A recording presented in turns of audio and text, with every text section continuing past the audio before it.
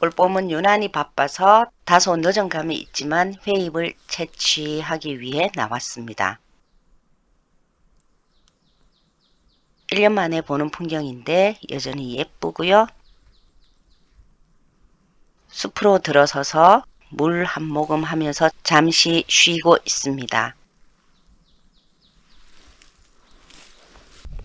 회입 채취가 끝나면 저 아래 두릅도 나왔는지 보러 가야겠습니다.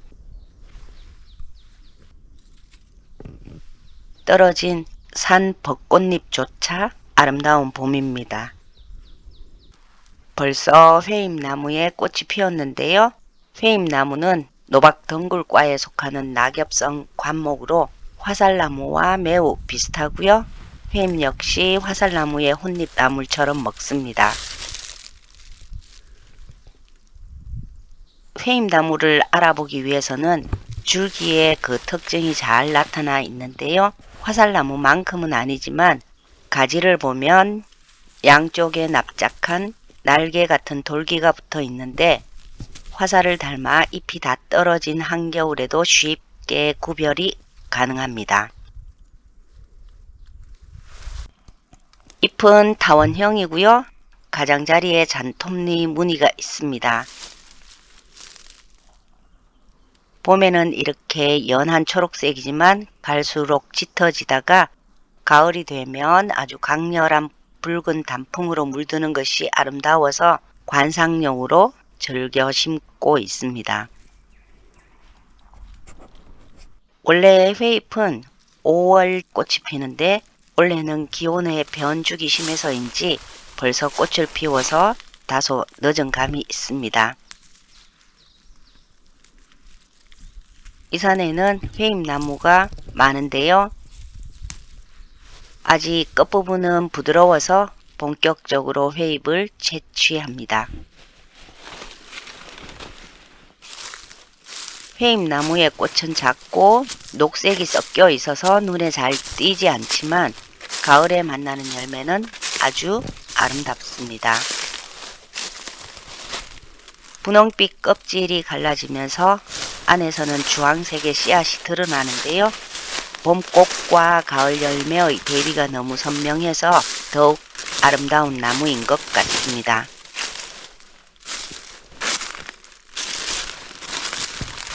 회잎나무는 햇빛을 좋아하지만 반 그늘에서도 잘 자라는데요.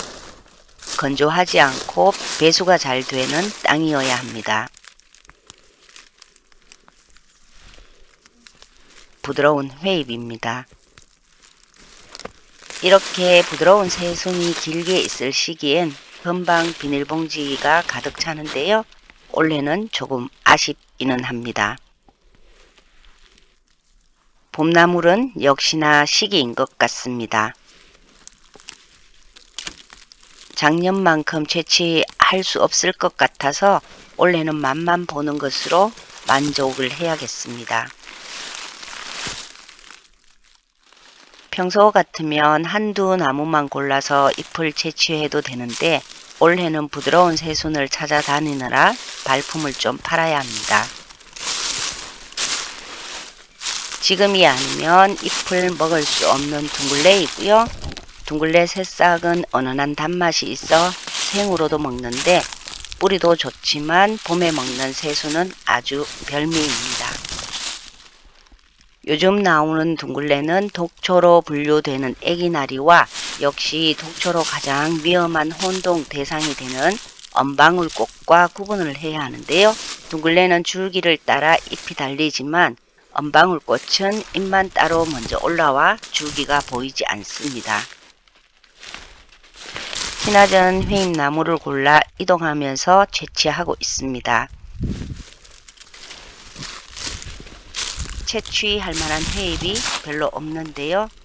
참치도 이제 막 올라오기 시작합니다.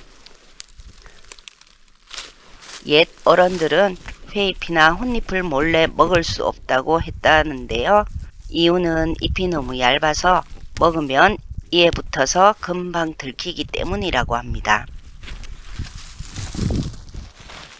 한 손에 카메라를 들고 한 손으로만 채취해도 부드러운 부분은 금방 꺾입니다. 손으로 부드러운 감각을 느껴가며 채취를 해야 하기 때문에 봄이 되면 손톱 밑이 새카맣게 더러워집니다. 화려한 꽃보다 구조와 색의 변화로 매력을 발산하는 회임나무는 계절마다 달라지는 색감이 아름다운 나무입니다. 회임나무 열매에는 독성분이 있어서 식용을 하지 않지만 곤충이나 새들에게는 좋은 먹이가 되어 준다고 합니다.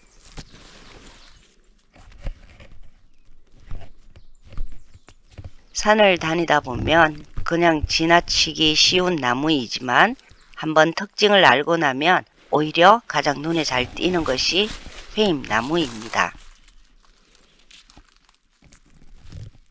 해마다 이곳에서 회잎을 넉넉히 채취해서 묵나물로 만들어 1년을 먹고 주변 사람들에게 나누어 주기도 했는데 올해는 맛만 봐야겠습니다.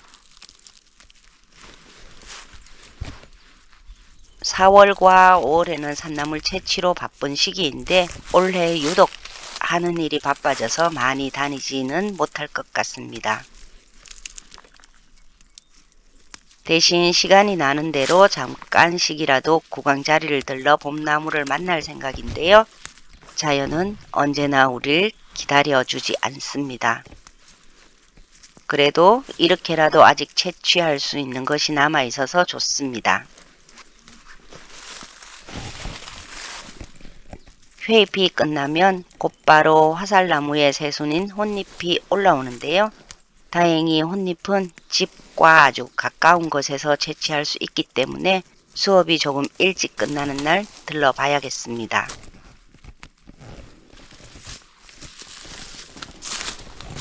회잎나무는 숲의 깊숙함보다 산길과 경계면에서 더 잘 자라는데요. 봄과 여름보다 가을에 강렬한 붉은색의 잎이 숲에서 유독 눈에 띄기 때문에 구분하기가 쉬운데요. 멀리서도 붉은 덩어리처럼 보여서입니다. 그리고 잎이 모두 떨어진 겨울에는 코르크질의 납작한 날개가 칼날처럼 있는 것으로 알아볼 수 있는데 날개가 없는 것이 더 많아서 약간 각진 형태의 가지로 다른 나무들과 또 구분을 하기도 합니다. 봄에 뜯는 새순의 소리는 경쾌합니다. 톡톡 부러지는 소리에서 아는 맛이 느껴져 군침이 도는데요. 이곳은 아직 다른 나물들은 이런 듯 합니다. 지금쯤 이 주변에서 바디나물 새순이나 참치가 많이 보여야 하는데 보이지 않고요. 오늘은 4월 18일인데 원래는 꽃도 차례대로 피는 것이 아니라 한꺼번에 피더니 나물이나 새순도 종잡을 수 없어 매일 산에 오지 않는 이상 평년처럼 날짜를 맞추어 오면 아무것도 얻지 못하고 가야 할 경우도 생길 것 같습니다. 오면서 달력을 확인했을 때 작년에는 4월 21일에 와서 부드러운 순을 꽤 많이 채취를 했었는데요. 올해 사흘이나 일찍 왔어도 벌써 피어버려서 채취할 것이 별로 없을 정도입니다. 모든 식물들이 빨라졌다면 시기를 맞출 수 있을 것도 같은데 식물마다 빨라지거나 늦어지는 것들이 있어서 그냥 시간 날 때마다 올해는 오는 수밖에 없을 것 같습니다. 회잎 채취를 마치고 잠시 앉아서 쉬고 있습니다. 아침을 먹고 오지 않아서 배가 고파 토마토와 과자를 먹고 저 아래 두릅을 보러 갈 생각입니다. 작년에 어떤 사람들이 단체로 와서 두릅나무를 꺾어 초토화 시켜 놓았는데 역시 많은 두릅나무가 고사를 했고요. 낮은 두릅은 누군가 따갔는지 높은 곳에 매달린 두릅만 남아 있습니다. 그래도 일부는 손이 닿는 곳에 달려 있어서 꺾으면서 손맛을 보는데요. 아들이 좋아하는 두릅이라 더 반갑습니다. 오늘 영상은 여기까지입니다.